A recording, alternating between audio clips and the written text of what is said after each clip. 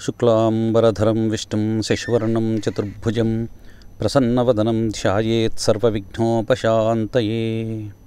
अगजाननपद्मार्कं गजाननमहर्निशम् अनेकदन्तं भक्तानां एकदन्तमुपास्महे। ओं प्रणो देवी सरस्वती वाजेभिर्वाजिनीवती धीनामवित्र्यवतु। न गायत्र्याः परं मन्त्रा न मातुः परदेवता न हरे परतस्त्राता नानृताहतात्मकं परम्। उग्रं वीरं महाविष्णुं ज्वलन्तं सर्वतोमुखं नृसिंहं भीषणं भद्रं मृत्योर्मृत्युर्नमाम्यहम्। गुरुब्रह्मा गुरुर्विष्णुः गुरुदेवो महेश्वरः गुरुसाक्षात् परं ब्रह्मा तस्मै श्रीगुरवे नमः। व्यासाय विष्णुरूपाय व्यासरूपाय विष्णवे नमो वै ब्रह्मनिधये वासिष्ठाय नमो नमः। आपदामपहर्तारं दातारं सर्वसम्पदां लोकाभिरामं श्रीरामं भूयो भूयो नमाम्यहं। हरिः ओं। मातृभ्यो नमः। परमेश्वर स्वरूपमेन सभకు नमस्कार। कृष्णं नारायणं वन्दे कृष्णं वन्दे जगद्गुरुं कृष्णं द्वैपायनं वन्दे कृष्णं वन्दे व्रजप्रियं। శ్రీమద్భాగవత కథామృతములో భాగంగా తెలుగు టీవీ ప్రేక్షకులకు వన్ టీవీ ప్రేక్షకులకు 32వ భాగానికి స్వాగతం.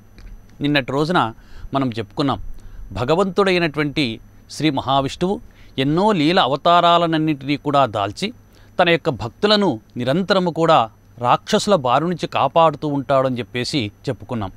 ఆ విధంగా ప్రాయోపవిష్టుడైనటువంటి పరీక్షిన్ మహారాజు గంగా తీరంలో సుఖమహర్షిని అడుగుతున్నారంట, ఓ స్వామి, ఈ విధంగా భగవంతుని యొక్క లీలాగుణ విశేషాలన్నీ వింటూ ఉంటే నాకొక్క అనుమానం వస్తుంది. ఏంటి అంటే, ఆ భగవంతుడు లీలామానుష వేషధారిగా వచ్చాడు, ఎన్నో అవతారాలు స్వీకరించాడు, నరుడిగా కూడా వచ్చాడు. నరుడుగా వచ్చినటువంటి భగవంతుని తోట ఉన్నటువంటి అతనితో పాటుగా తిరుగుతున్నటువంటి నరులు ఎలా గుర్తించాలి? ఆ విధంగా ఉన్నటువంటి నరుడు ఆ భగవంతుని యొక్క స్వరూపాన్ని గుర్తించి అతని సేవ చేసినటువంటి కారణం చేత వాడికి ముక్తి ఎలా వస్తుందయ్యా? నాకు విషయాలన్నీ కూడా గందరగోళంగా ఉన్నాయి, దయచేసి నా యొక్క అనుమానాన్ని తీర్చి నన్ను కాపాడండి అని చెప్పేసి ఆ పరీక్షిన్ మహారాజు వేడుకుంటున్నాడు. ఎందుకంటే అప్పటికే అతని యొక్క ఆయుః ప్రమాణము 7 రోజుల్లోని ప్రాణం పోతుందని చెప్పేసి శృంగి శపించాడు. మరి శపించినటువంటి శృంగి యొక్క శాపానికి పరీక్షిన్ మహారాజు కుంగిపోలేదు, బాధలో లేడు. ఎందుకంటే ఇప్పుడు వరకు అతని యొక్క మనసులో ఉన్నటువంటి విభ్రమాన్నంతా కూడా శుకుడు తొలగించాడు. నాయన, ఇవన్నీ కూడా ఈ యొక్క రాజ్యలక్ష్మి కానీ, నీ పరివారము, నీ భార్య, నీ పిల్లలు, ఇవన్నీ కూడా కేవలము అనిమిత్తములే. నిమిత్తములైనటువంటి హేయములైనటువంటి యొక్క శరీరమంతా కూడా ఎప్పుడైనా సరే పడిపోవలసిందే. శాశ్వతంగా ఉన్నటువంటిది, నిత్యము ప్రకాశిస్తూ ఉన్నటువంటి భగవంతుని యొక్క దివ్యమైనటువంటి చరణాలను సేవించినటువంటి వాడికే ముక్తి కలుగుతుంది అని చెప్పేసి పరీక్షిన్ మహారాజుకు సుఖమహర్షి చెప్పాడు. చెప్తే పరీక్షిన్ మహారాజు కూడా ఆ భగవంతుడైనటువంటి వేదవ్యాసుడు, శ్రీ మహావిష్ణువు వేదవ్యాస స్వరూపుడుగా వచ్చినటువంటి ఆయన యొక్క కుమారుడైనటువంటి శుకుడు చెబుతూ ఉంటే పరీక్షిత్ ఆయనతో ఒక మాట అంటాడంట, ఓ స్వామి, మీరు ఎన్ని గొప్ప గొప్ప విషయాలన్నీ కూడా చెప్తున్నారు, ఈ విషయాలన్నీ వింటూ ఉంటే నాకొక్క మనసులో అనుమానం వస్తుంది. ఒక విధమైనటువంటి సంశయము తొలగిపోయి నేను ఏ విధమైనటువంటి కథ వినాలి అనేటువంటి ఒక విధమైనటువంటి ముగింపుకు వచ్చానయ్యా అని చెప్పేసి పరీక్షిత్తు శుకుడితో అంటున్నాడు. ఉపవాస వ్రత శౌచ శీల మఖ సంధ్యోపాసనాగ్నిక్రియ జపహోమాధ్యయనాది కర్మముల ముక్తి చేకురదు. అచ్చపు భక్తిన్ హరి సర్వాతిశాయున్ పుండరీకనయనున్ రమాధీషు పాపఘ్ను పరేషు నచ్చుతును అర్థింకొల్వ లేకుండినన్. ఎన్ని చేసినప్పటికి కూడా వ్రతములు, ఉపవాసములు, జపములు, తపస్సులు, హోమములు, వేదాధ్యయనము, 10 మందికి విద్యాదానము చేయడము, ఇన్ని గొప్ప గొప్ప పనులన్నీ చేసినప్పటికీ కూడా పొందనటువంటి ముక్తి, లభించనటువంటి, లభ్యము కానటువంటి ముక్తి కేవలము త్రికరణ శుద్ధిగా ఆ నారాయణుని యొక్క పాపఘ్నుడైనటువంటి పరేషుడైనటువంటి నారాయణుని యొక్క దివ్యమైనటువంటి చరణ కమలములను సేవిస్తే చాలు ముక్తిని పొందవచ్చు అనేటువంటి భావన నా మనస్సుకు తోచింది. కాబట్టి ఆ భగవంతుని యొక్క కథలే చెప్పి నన్ను అనుగ్రహించండి అయ్యా అని చెప్పేసి పరీక్షిత్ అడుగుతున్నాడు. వనజాక్షుని మహిమ నిత్యము పొగడుచు వరులు పొగడగ వినుచున్ అనుమోదించడి నరుడు తన్మోహ వసత చనరు మునీంద్ర. నిరంతరము కూడా ఎవరైతే శ్రీ మహావిష్ణువు యొక్క దివ్యమైనటువంటి కథలు చెబుతూ ఉంటారో, చెబుతూ ఉంటే ఎవరైనా శ్రవణము చేస్తూ ఉంటారో, లేదా తనంతట తానుగా తన యొక్క మనసులో మననము చేసుకుంటూ ఉంటారో, ఆ విధంగా మననము చేసుకుంటూ ఉన్నటువంటి కారణం చేత వాడు భగవంతుని యొక్క మాయలో పడిపోడయ్యా. కాబట్టి ఆ దివ్యమైనటువంటి విష్ణువు యొక్క కథలు చెప్పి నన్ను అనుగ్రహించండి అని పరీక్షణ్ మహారాజు సుఖమహర్షిని వేడుకున్నాడు. వేడుకుంటూ మరొక్క మాట కూడా అడుగుతున్నారు, స్వామి ఈ ఆత్మకు దేహముతో సంబంధం ఎలా కలిగింది? ఇది అకారణంగా కలిగిందా, కర్మ వల్ల కలిగిందా? నాకు అర్థం కావడం లేదు. ఎందుకంటే ఆ భగవంతుడు నరుడిగా వచ్చినప్పుడు అతన్ని సేవించాలనేటువంటి జ్ఞానము భగవంతుడైనటువంటి శ్రీ మహావిష్ణువు యొక్క కృప వల్లనే కలుగుతుంది కదా. మరి వీడు ఎలా సేవించాలి? అవన్నీ కూడా సందేహాలన్నింటినీ కూడా తొలగించి నన్ను, నాలో ఉన్నటువంటి శంకను తొలగించి నాకు కృతార్థుని చేసి ఆ ముక్తిని ప్రసాదించేటువంటి మార్గాన్ని ఉపదేశించండి అని చెప్పేసి సుఖమహర్షిని అడిగితే, అప్పుడు సుకుడు పరీక్షణ్ మహారాజు యొక్క ఆర్తిని గమనించినటువంటి వాడై, ఓ మహారాజా, జీవుడు భూతములతో సంబంధం కలిగినటువంటి వాడు అని చెప్పేసి నువ్వు అనుకుంటూ ఉన్నావు. నిజానికి భగవంతుడు సర్వభూతములలో నిండి ఉన్నటువంటి వాడు. అయితే ఆ భగవంతుడే ఒకానొక సందర్భంలో ఆ నరుడుగా వచ్చేసాడు, రాముడుగా వచ్చాడు, కృష్ణుడిగా వచ్చాడు. అంతకంటే ముందు దాదాపు 18 అవతారాలు స్వీకరించినారు. మరి ఇన్ని అవతారాలు స్వీకరించినప్పటికీ కూడా భగవంతుని యొక్క దేహం అనేటువంటిది జ్ఞానమయమైనటువంటి దేహము. జ్ఞానమయమైనటువంటి ఆ దేహము కలిగినటువంటి వాడికి కర్మలు అంటుకోవు. ఆయనకు సుఖము కానీ దుఃఖము కానీ అనేటువంటివి ఉండవు. కానీ ఈ జీవుడు మాత్రము కర్మమయమైనటువంటి దేహాన్ని తాలుస్తాడు. గత జన్మములలో చేసుకున్నటువంటి పుణ్య పరిపాకము చేత ఈ జన్మములో వాడొక దేహాన్ని స్వీకరిస్తాడు. ఆ దేహాన్ని స్వీకరించి అందులో అంతర్యామిగా ఉన్నటువంటి ఆ భగవంతుడే ఆ ఇంద్రియముల చేత కట్టుబడి నిరంతరము పూర్వకర్మ వాసనల చేత వాడిని అనేక మార్గాల్లో తిప్పుతూ ఉంటాడు. ఈ విధంగా వాడు కర్మమయమైనటువంటి దేహాన్ని తాల్చినటువంటి కారణము చేత వాడు సుఖాన్ని పొందుతున్నాడు, దుఃఖాన్ని కూడా పొందుతున్నాడు. అంతేకాదు వాడు బాల్యము, కౌమారము, యవ్వనము, వార్ధక్యం అనేటువంటి 4 దశలను కూడా పొందుతున్నాడు. ఇవి పొందేటువంటి సమయంలో వాడు ఒకానొక సందర్భంలో ఏదైనా ఒక గొప్ప పని చేస్తే నేను చేశానంటాడు. గొప్ప ఆస్తి సంపాదిస్తే, 10 మందిలో ఉన్నతమైనటువంటి స్థానాన్ని వాడు అలంకరిస్తే ఇది నా యొక్క గొప్పతనం వల్లనే ఇది సంప్రాప్తమైంది అని చెప్పేసి ఈ వ్యవస్థ అంతా కూడా నాది, నా అధీనంలో ఉంటుంది, నేనే అందరికంటే గొప్పవాడని చెప్పేసి అహంకారం పుడుతుంది. ఎప్పుడైతే వాని యొక్క మనసులో నాది, నేను అనేటువంటి అహంకారాలు పొడచూపుతాయో అప్పుడు వాడికి విపరీతమైనటువంటి ఆ మోహం అనేటువంటిది పుట్టి సంసారం అనేటువంటి వాడు ఉచ్చులో పడిపోతాడు. ఉచ్చులో పడిపోవడమే కాదు, సంసారానికి వాడు బద్ధుడైపోతాడు. నిరంతరము కూడా తన చుట్టూ 10 మంది ఉండాలి అని చెప్పేసి కోరుకుంటాడు. నిరంతరము భార్యాపిల్లలపైన, తను సంపాదించేటువంటి డబ్బు పైన, తను సంపాదించేటువంటి ఆస్తులపైన, వాహనములపైన వాటన్నింటినీ కూడా చూసుకుంటూ ఇది నాది, ఇది నాది, ఇది నాది అనుకుంటూ ఇదంతా కూడా నేనే సంపాదించానని చెప్పేసి ఆ మోహములో పడి వాటి గురించి ఆలోచన చేస్తూ చేస్తూ చేస్తూ చేస్తూ సంసారం అనేటువంటి మాయలో పడిపోయినటువంటి వాడు కాలము తగ్గిపోతుంది. వాని యొక్క ఆయు ప్రమాణము రోజు రోజుకు తగ్గిపోతుంది.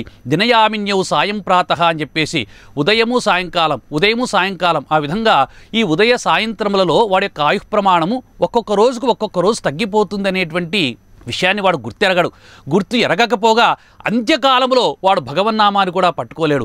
ప్రాణం పడిపోయేటువంటి సమయంలో కూడా నా భార్య పిల్లల్ని ఎవరు చూసుకుంటారు? నేను ఇంత సంపాదించానే, ఈ సంపాదించినటువంటి ఆస్తినంతా కూడా నా కుమారుడు, నా ఔరసపుత్రుడైనటువంటి వాడు జాగ్రత్తగా కాపాడుతాడా లేదా? వాడి తర్వాత వంశంలో పుట్టేటువంటి వారికి వీడు తప్పనిసరిగా అది అందజేస్తాడా? ఎవరైనా వీడిని చంపేసి ఆ రాజ్యమంతా కూడా, ఆ ఆస్తి అంతా కూడా దోచుకొని పోతారని చెప్పేసి వాళ్ళ గురించే ఆలోచించి చివరికి ప్రాణాలు కోల్పోతాడు. అంత్యకాలంలో భగవన్నామం పట్టుకోడు. ఆ విధంగా వాడు ప్రాణాలు పోగొట్టుకున్నటువంటి కారణం చేత, పడిపోయినటువంటి కారణం చేత మరి ఏదో ఒక విధమైనటువంటి కర్మదేహాన్ని వాడు తాలుస్తాడు. ఆ కర్మదేహాన్ని తాల్చి మరలా జన్మెత్తుతాడు. మరలా ఆ విధమైనటువంటి బాల్య, కౌమార, యవ్వన, వృద్ధాప్యములైనటువంటి దశలను పొందుతాడు. ఈ విధంగా ప్రతి నిత్యము కూడా భగవంతుని యొక్క నామ సంస్మరణ ఒక్క ముహూర్త కాలం కూడా చేయలేక సంసారం అనేటువంటి ఉచ్చులో వాడు బిగుసుకుపోయి అనేక జన్మలు ఎత్తుతూ ఉంటాడు. అయితే ఈ ప్రకృతికి, పురుషుడికి అతీతమైనటువంటి జ్ఞానమయమైనటువంటి భగవంతుని యొక్క నామాన్ని వాడు ఎప్పుడైతే పట్టుకుంటాడో, ఆ భగవంతుని యొక్క దివ్యమైనటువంటి ఆ యొక్క చరణ కమలములను ఎప్పుడైతే తీవ్రమైనటువంటి ఏకాగ్రమైనటువంటి బుద్ధితో ధ్యానము చేస్తాడో అప్పుడే వాడు సంసారం అనేటువంటి మాయ నుంచి బయటపడతాడు. అప్పటికే వానికి మోక్షం అనేటువంటిది అర్హమైపోతుంది, అప్పుడు లభిస్తుంది. కానీ అంతవరకు వాడు మోక్షానికి వెళ్ళలేడు అని చెప్పేసి శుకుడు పరీక్షిత్ మహారాజుతో చెప్పాడు. అయినప్పటికీ కూడా ఆ పరీక్షిత్తుకు అర్థం కాలేదు. స్వామి, నాకు సరిగా అర్థం కావడం లేదు. ఎందుకంటే మీరేదో వాడు సంసారం అనేటువంటి ఇరుక్కొని పోతున్నాడు అంటున్నారు. మరి సంసారం అనేటువంటి ఉచ్చులో ఇరుక్కొని పోయినటువంటి వాడు భగవంతుని గురించి ఎలా ఆలోచిస్తాడు? భగవంతుని గురించి ఆలోచించేటువంటి సమయమే ఉండదే, మరి వాడు ఎలా ఆలోచిస్తాడో దీన్ని కొద్దిగా వివరంగా చెప్పవయ్యా అని చెప్పేసి శుకమహర్షిని అడుగుతాడు. అప్పుడు శుకుడు చెప్తాడు, నాయనా, ఈ విశ్వమంతా కూడా మొత్తము ఈశ్వరుని యొక్క మాయ యొక్క అధీనములో ఉంటుంది. ఆయన తన యొక్క మాయ చేత ఈ జీవులనందరినీ కూడా సృష్టిస్తాడు. తన మాయ చేతనే జీవులనందరినీ కూడా ఆడిస్తాడు, ఆ తర్వాత లయం చేసేస్తాడు. అయితే భగవంతుడు లీలామానుష వేషధారి, జ్ఞానమయమైనటువంటి దేహాన్ని కలిగినటువంటి వాడు. ఆ విధంగా కలిగినటువంటి వాడు తనకు కష్టము కానీ సుఖము కానీ దుఃఖము కానీ ఏవి కూడా ఆయన యొక్క శరీరానికి అంటవు మరియు అంటించుకోడు. ఎందుకంటే ఆయన మాయాతీతుడైనటువంటి వాడు, పరబ్రహ్మము. మనము కర్మదేహాన్ని కలిగినటువంటి వారం. ఈ విషయం నీకు అర్థం కావాలంటే నీకొక్క ఇతిహాసం చెప్తాను, శ్రద్ధగా వినవయ్యా అని చెప్పేసి పరీక్షిత్ మహారాజుకు శుకుడు చెప్తున్నాడు. ఒకానొక సమయంలో సృష్టి ఆరంభకాలంలో విశ్వమంతా కూడా జలమయమైపోయింది. జలమయమైపోయినప్పుడు ఆ జలములలో నుంచి ఒక దివ్యమైనటువంటి తామర పువ్వు పుట్టుకొని వచ్చి ఆ తామర పువ్వు యొక్క మధ్య దుద్దుపైన బ్రహ్మదేవుడు పుట్టుకొని వచ్చాడు. ఆ విధాత కల్పారంభంలో పుట్టినటువంటి వాడు, చతుర్ముఖుడైనటువంటి వాడు నలు చర్యలా తిరిగి చూస్తాడు. నేనెవరిని, నాకు తండ్రి ఎవరు, నేను ఎక్కడి నుంచి పుట్టానని చెప్పేసి తన యొక్క 4 ముఖముల చేత నలుదిక్కులా చూస్తాడు. ఆయనకేం బోధపడదు. వెంటనే కిందికి వంగి చూస్తాడు. జలము విపరీతంగా ప్రచండమైనటువంటి గాలులు వీస్తున్నాయి, అలలు ఉవ్వెత్తున ఎగిసిపడుతున్నాయి. పైకి చూశాడు, అంతా శూన్యంగా కనిపిస్తుంది. అర్థం కాలేదు, ఏం చేయాలబ్బా అని చెప్పేసి జలములలోనికి తొంగి చూస్తాడు. తొంగి చూస్తే ఆ తామర పువ్వుకు ఒక కాడ కనిపిస్తుంది. ఓహో, నా యొక్క ఉనికి, నా యొక్క జన్మకు కారణమైనటువంటిది ఈ తామర పువ్వుకు కారణమైనటువంటి యొక్క కాడ కాబోలు అని చెప్పేసి వెంటనే జలములలోకి ప్రవేశించి ఆ తామర తూడు యొక్క మార్గం వెంట అనేక వేల సంవత్సరాలు ప్రయాణం చేస్తాడు. వేల దివ్య సంవత్సరాలు ప్రయాణం చేసి దాని యొక్క మొదలు ఎక్కడ ఉందో కనుక్కోవాలని చెప్పేసి జలముల వెంట లోపలికి వెళతాడు. ఎంతో దూరం ప్రయాణం చేస్తాడు. అర్థము కాలేదు. దాని యొక్క పుట్టుక స్థానం ఆయనకు దొరకలేదు, చేత కాలేదు, విసిగిపోయాడు. మరి అలాగే తామర తోడు వెంట పైకొచ్చేసి తామర దుద్దుపైన కూర్చొని తీవ్రమైనటువంటి ఆలోచనలు చేస్తాడు. మనస్సంతా కకావికలమైపోతుంది.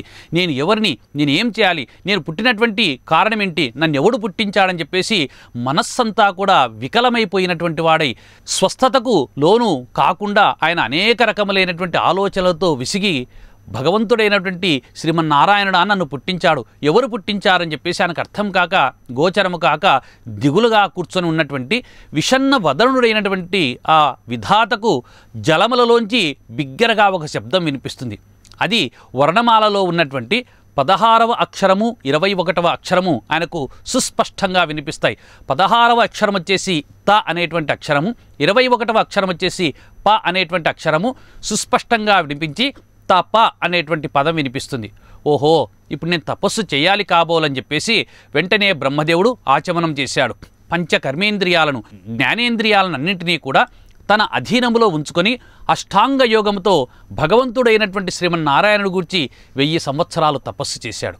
ఆ విధంగా ఆయన తపస్సు చేసినటువంటి కారణం చేత ఆ తపో వేడిమికి ఊర్ధ్వలోకాలన్నీ కూడా వేడెక్కిపోసాగాయి. అప్పుడు ఆ భగవంతుడైనటువంటి శ్రీమన్నారాయణుడు ఆయన తపస్సుకు మెచ్చినటువంటి వాడై చక్కగా శంఖచక్ర గదా చక్రపాణి అయినటువంటి వాడై స్వర్ణ సింహాసనం పైన కూర్చుని తన యొక్క పార్షదులైనటువంటి నందుడు, సుమందుడు, ప్రలంబుడు, కుముదుడు ఇత్యాది పార్షదులందరూ ఆయన కొలుస్తూ ఉండగా సాక్షాత్తుగా వైకుంఠముతో సహా బ్రహ్మదేవుడికి సాక్షాత్కరించి ఆయన కనుల ముందు కనపడేటట్లుగా గోచరమయ్యాడు. లక్ష్మీదేవి ఆయన యొక్క పాదములు ఒత్తుతుంది. దివ్యమైనటువంటి వనమాలలు ధరించినటువంటి వాడు, కౌస్తుభం అనేటువంటి మణిని ధరించి పుట్టుమచ్చ కలిగినటువంటి వాడు, అంతేకాకుండా కేయూరాలు భుజకీర్తులు కలిగినటువంటి అనేక అలంకారములతో ప్రకాశించేటువంటి వాడు, కోటి సూర్యులమైనటువంటి కాంతితో వెలుగొందుతూ ఈ విశ్వములో తనకు మాత్రమే అధీనములో ఉండేటువంటివి ఇంకా ఎవ్వరికీ లభ్యము కానటువంటి గొప్పదైనటువంటి ఆ యొక్క లక్ష్మీదేవితో సహా శ్రీ మహావిష్ణువు ఆయనకు దర్శనమిచ్చేశాడు. బ్రహ్మదేవుని యొక్క కళ్ళు చెమ్మగిల్లిపోయాయి. భగవంతుడైనటువంటి శ్రీమన్నారాయణుడు ఆయనకు దర్శనమిచ్చేసరికి పురుష సూక్త మంత్రములతో ఆయన అనేక స్తోత్రాలు చేసి తన యొక్క 4 శిరస్సులు నేలకు తాకేటట్లుగా ఆయన యొక్క పాద పద్మములకు ప్రణమిల్లి నమస్కారం చేస్తాడు. చేసి అప్పుడు భగవంతుడైనటువంటి శ్రీహరితో అంటాడు, ఓ స్వామి, నేను చేసినటువంటి తపస్సుకు మెచ్చి నాకు ఈరోజు వరమిచ్చావా? నేనెంత పుణ్యాత్ముడనయ్యా, నా జన్మ తరించిపోయింది అని చెప్పేసి మహావిష్ణువుతో అంటే ఆయన మెల్లగా ఆ విధాతను బ్రహ్మదేవుని దగ్గరికి తీసుకొని తన యొక్క కుడి చేత్తో ఆ బ్రహ్మదేవుని యొక్క వీపు పైన మెల్లగా నిమిరాడు. నిమిరి, నాయన బ్రహ్మదేవ, నీ యొక్క తపస్సుకు మెచ్చి నేను నీకు దర్శనం ఇవ్వలేదు, కేవలం నా యొక్క కారుణ్యం చేతనే వైకుంఠముతో సహా దర్శనమిచ్చాను. అనేకమైనటువంటి నందనోద్యానములు, సరోవరములు, అనేక రకములైనటువంటి లతలు, పువ్వులు కలిగినటువంటి యొక్క చెట్లతో సహా ఈ వైకుంఠం అనేటువంటిది చాలా ప్రభతో వెలుగుతూ ఉన్నటువంటి యొక్క దివ్యమైనటువంటి సువర్ణమయమైనటువంటి వైకుంఠాన్ని నీకు ఈరోజు దర్శనమయ్యేటట్లుగా చేశాను. ఈ వైకుంఠాన్ని నువ్వు దర్శనం చేసినటువంటి కారణం చేత నీలో ఉన్నటువంటి అజ్ఞానమంతా కూడా తొలగిపోతుంది. అంతేకాదు, నా పాద దర్శనము చేత ఈరోజు నువ్వు ధ్యానము చేశావు, తపస్సు చేశావు. తపస్సు చేసినటువంటి కారణం చేత నా పాదాలు నీకు కనపడేటట్లుగా నేను నీకు దర్శనమిచ్చాను. ఆ పాదములను ఎవరైతే దర్శనము చేస్తారో దర్శనము చేసినటువంటి వారికి అందరికీ కూడా ఆపదలన్నీ కూడా తొలగిపోతాయి. కాబట్టి ఈరోజు నా పాద దర్శనం చేశావు, నీ ఆపదలన్నీ తొలగిపోయాయి, నీ తపస్సుకు మెచ్చాను. ఎందుకంటే అనేక రకములైనటువంటి దేవాలయములను కానీ, ఉపనయన శాలలను కానీ, కళ్యాణ మంటపములను కానీ, తటాకములను కానీ, చెరువులను కానీ, బావులను కానీ ఎన్ని కట్టించినప్పటికీ కూడా, ఎన్ని విగ్రహమూర్తులను ప్రతిష్టలు చేసినప్పటికీ కూడా లభ్యము కానటువంటి గొప్పదైనటువంటి శక్తి నా యొక్క కారుణ్యము కేవలము స్తోత్రం వల్లనే సాధ్యమవుతుంది. నాయన, నువ్వు అంత గొప్ప స్తోత్రాలు చేశావు కాబట్టే నేను నీకు ఈరోజు దర్శనమిచ్చాను. నీకేం వరం కావాలో కోరుకో, ఇస్తానని చెప్పేసి శ్రీ మహావిష్ణువు బ్రహ్మదేవుడు అడిగితే అప్పుడు బ్రహ్మదేవుడు అంటాడు, స్వామి, సర్వజీవులలో అంతర్యామిగా ఉన్నటువంటి వాడవు, నా మనస్సులో ఏమి కోరిక ఉందో నీకు తెలియదా? అంతేకాదు, నేను ఈ విధమైనటువంటి జన్మ నాకు ఇచ్చావు, లీలామానుష రూపములో ఉండి అందరి జీవుల్లో అంతర్యామిగా ఉన్నటువంటి నీవు నాకు ఏ వరం కావాలో నువ్వే ఇచ్చేయవయ్యా అని చెప్పి అడుగుతూ మరొక్క మాట కూడా చెప్తున్నాడు. ఓ స్వామి, నేను సృష్టి రచన చేసేటువంటి సమయంలో, సృష్టిని ఉద్భవించేటట్లుగా చేసేటువంటి సమయంలో నేను చేస్తున్నాను. ఈ సృష్టి అంతా కూడా నా యొక్క గొప్పతనమే అనేటువంటి అహంకారము, మమకారము నాలో కించిత్తు కూడా పొడచూపకుండా, అజ్ఞానము పెరిగిపోకుండా నన్ను అనుగ్రహించు స్వామి. నీ దివ్యమైనటువంటి మాయను నాకు చూపించి నన్ను అనుగ్రహించవయ్యా అని చెప్పేసి బ్రహ్మదేవుడు శ్రీమన్నారాయణుని వేడుకుంటాడు. అప్పుడు శ్రీమన్నారాయణుడు అంటాడు, నాయనా, ఈ కల్పారంభములో విశ్వమంతా కూడా జల ప్రళయమైపోయినప్పుడు ఆ జలములలో నుంచి నేను సృష్టి చేయాలని చెప్పేసి లీలగా అనుకుంటాను. ఎప్పుడైతే నేను యోగ నిద్రలో నుంచి లేచి ఈ విశ్వాన్నంతా కూడా సృష్టించాలి అని అనుకున్నప్పుడు ముందుగా నేను జలములను సృష్టిస్తాను. ఈ జలములనే నారములు అంటారు.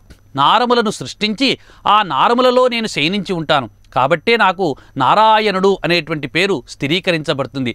నారాయణ శబ్దవాచ్యుడనవుతాను. ఆ తర్వాత ఆ జలముల నుంచి భూమిని సృష్టిస్తాను.